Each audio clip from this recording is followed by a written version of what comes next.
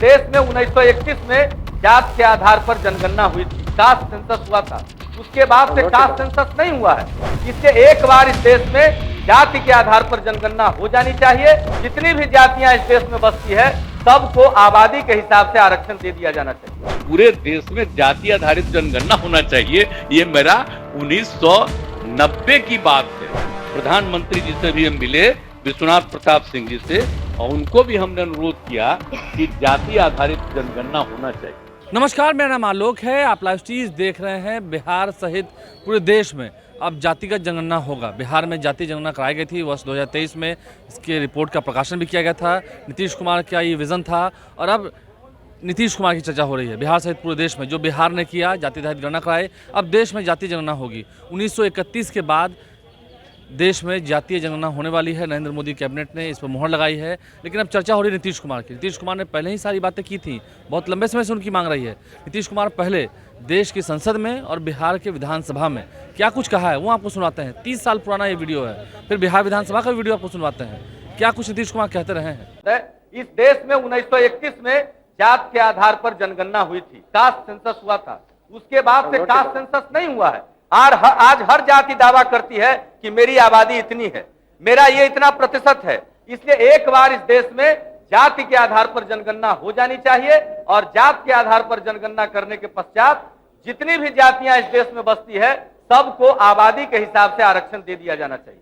किसी को कोई शिकायत नहीं रहेगी और यह आरक्षण हो जाएगा। किसी का न कोई हक छीनने वाला होगा, न किसी को आत्मदाह करने की नौबत आएगी।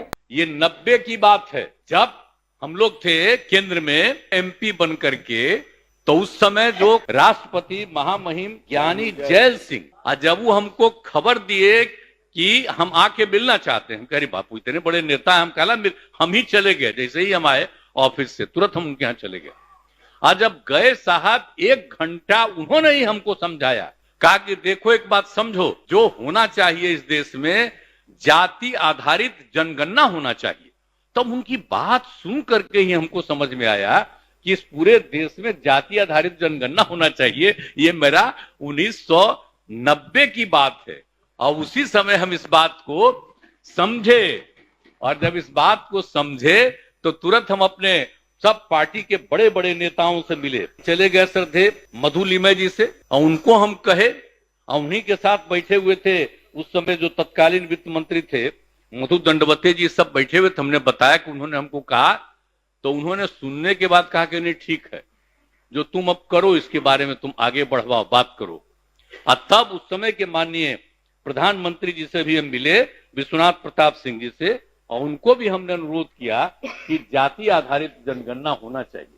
लेकिन आप जान लीजिए कि उसी समय से जाति आधारित जनगणना की बात। तो नीतीश कुमार की पूरी बात हमने आपको सुनाई है। देखिए, तमाम जो उनके पार्टी के नेता हैं वो इसे लेकर अपनी बयानबाजी दे रहे हैं। देखिए, इस साल बिहार में चुनाव होने हैं और ऐसे में जातीय जनगणना का जो मुद्दा है वो काफ़ी बड़ा था। अब केंद्र सरकार ने जब इसे हरी झंडी दे दी है, कैबिनेट से पास कर दिया है, मोहर लगा दी है, तो उसके बाद सबकी निगाहें हैं। राजीव रंजन जी जो कि जेडीयू के प्रवक्ता हैं, हम उनसे बात करेंगे। सर, लाइव हम जुड़ रहे हैं।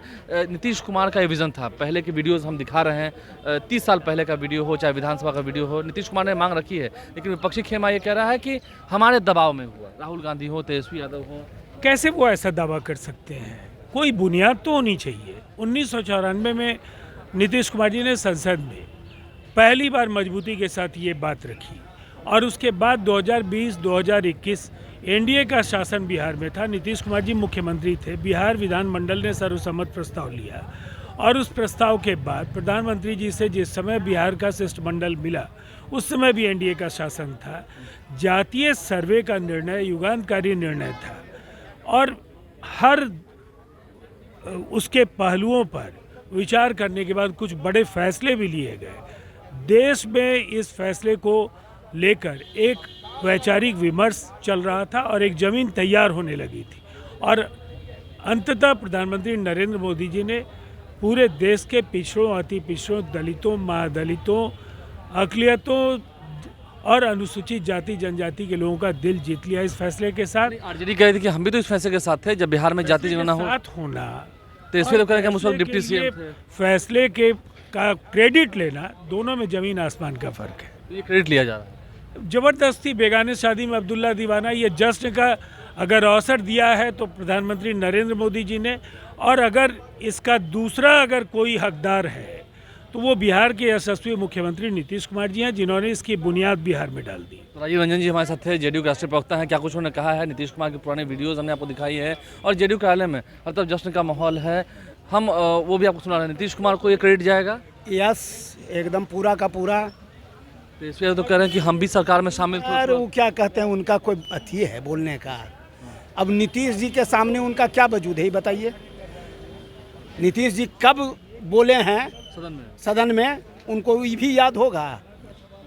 अब ऐसे बोलने के लिए तो कोई भी कुछ बोल दे सकता है, कोई भी कुछ भी बोल सकता है। चलिए ठीक है, जेडीयू कार्यालय का ये माहौल दिखा रहे थे, आपको बातें लोगों को सुनवा रहे हैं। बांटा गया।